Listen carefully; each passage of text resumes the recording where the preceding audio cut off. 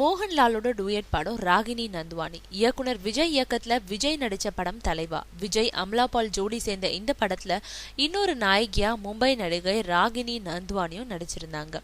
அந்த படத்துல விஜயோட உயிரை காப்பாற்றிட்டு தன்னோட உயிரை இழக்கும் மனிதல நிற்கும் வேடத்துல நடிச்சிருந்தாங்க. இதனால விஜய் ரசிகர்களோட மனசுல பெரிய அளவுல இடம் பிடிச்சாங்க ராகினி. இருந்தாலும் கோடம்பாக்க இயக்குனர்களோட மனசுல ராகினி நந்த்வானிக்கு இடம் கிடைக்கல. அதனால தலைவாவுக்கு அப்புறம் 2 மாசங்களா சென்னையில முகாமிட்டு கம்பெனியா ஏறி இறங்கிக்கிட்டு இருந்தவங்கள யாருமே ஏறெடுத்து கூட பார்க்கல. அதனால தோல்வி முகத்தோட மும்பைக்கே பறந்துட்டாங்க ராகினி.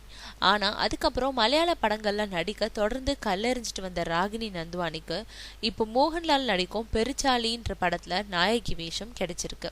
தமிழ்ல பிரசன்னா லேகா வாஷிங்டன் நடிச்ச கல்யாண சமையல் சாதம்ன்ற படத்தை இயக்குன அருண் வைத்தியநாதன் இயக்கும் இந்த படத்துல திருஷ்யம் படத்துல மோகன்லாலுக்கு இணையான வேடத்துல மீனா நடிச்சது மாதிரி இந்த படத்துலயும் ராகினி நந்த்வானிக்கும் பொறுப்புள்ள குடும்ப தலைவி வேஷமா.